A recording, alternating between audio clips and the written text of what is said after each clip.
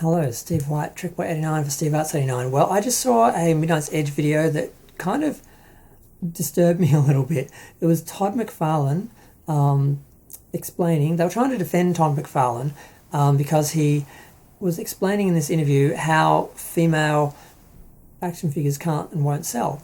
But yet he disproved his own points in the video, which was bizarre to watch.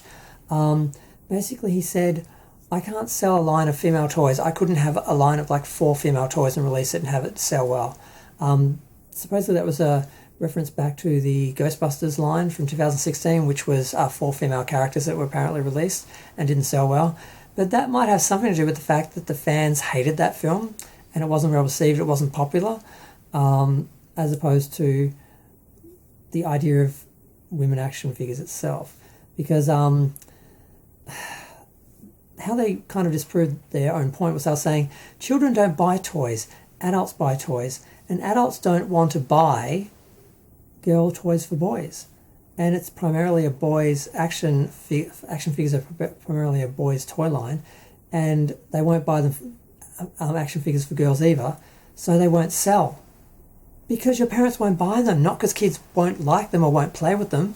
The problem is not the children, it's the parents and the designers, the people designing them, because they won't design them because they know parents won't buy them, because parents basically are stuck in gender roles. And I mean, God, when I was a kid, I was fortunate enough that me and my sisters played with the same toys. They played with my toys, I played with their toys. I had Ken dolls, they had Barbie dolls. They played with my Matchbox cars and my Transformers and He-Man and everything, and Thundercats and Ghostbusters and Turtles and all that sort of stuff that we had. I was really lucky, actually. I had toys from the 70s and the 80s and the 90s because I was the youngest of 8, so I got everyone's hand-me-downs. So I had like Migos and everything in the end. But yeah, they just proved their own point that it's not that kids... They tried to make the point that kids don't want to play with female toys somehow. Somehow, if you went out and ignored all the dinosaurs and the transforming robots and the male superhero action figures and bought a female action figure, came and brought it home and gave it to your son as a present, he'd look at it and be like, were there any male figures there that I could have played with? And then he suggested that that child would grow up to become a serial killer.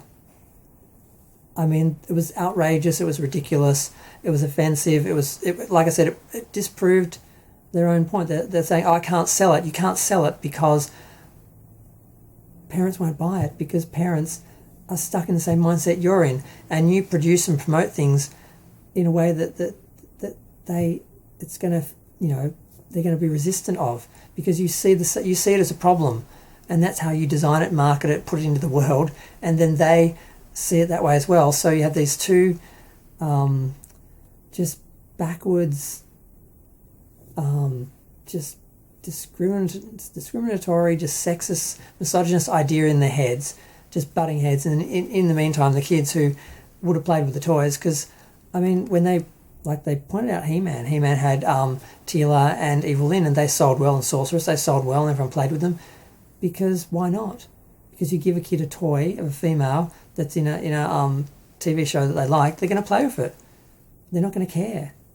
And then they try and justify, because they've tried to say that He-Man failed because She-Ra was released, and that demasculated He-Man and boys, so they didn't buy the toys anymore, which it was not that. It was a combination of a bunch of other things. But yet they tried to pull that out again, and just the argument that girls won't play with action figures and boys won't play with female action figures is rubbish. And then they contradicted it by saying, well, the problem isn't the kids. Actually, the parents won't buy it, so we can't market to parents because they won't buy it because they're so stuck in gender roles. They won't give girls toys, action figures, and they won't give boys female action figures. So it's just ridiculous. It just shows the problem is the adults. They're backwards thinking. They're it's just sad. I'm just glad my parents didn't think like that. I'm glad that my sisters were allowed to play whatever they wanted, and they were never told they had to play with this toy because they were a girl, or that toy because they were a girl, and I was never told the same thing as a boy. And we just played with whatever we wanted, and we played together a lot of the time with the same toys. My My sister did prefer Barbies. I did prefer, Transformers and He-Man and Turtles and all that stuff. But we still played with both. And there were female characters in those cartoons. I didn't have any issues with them. It's not like I was like, oh, don't buy Chitara, don't buy Teela. Not that I ever had Teela, actually. But my friend had Teela. I was kind of lucky, actually. My neighbours had all the Masters Universe from when they were younger, and they let me play with them because they didn't care, because they were like older now and they didn't care. And I almost got them all when they moved, but unfortunately I had to buy them all later from collectible stores. But I'm going to go. Feel free to share, like, comment, subscribe. Let me know what you think. I just thought that was outrageous, saying, that the problem is kids when it's adults and the people producing the toys, and then trying to imply that if you give your child a boy a girl's toy or a female action figure, he'll grow up to be a serial killer. That's just ridiculous. And homophobic.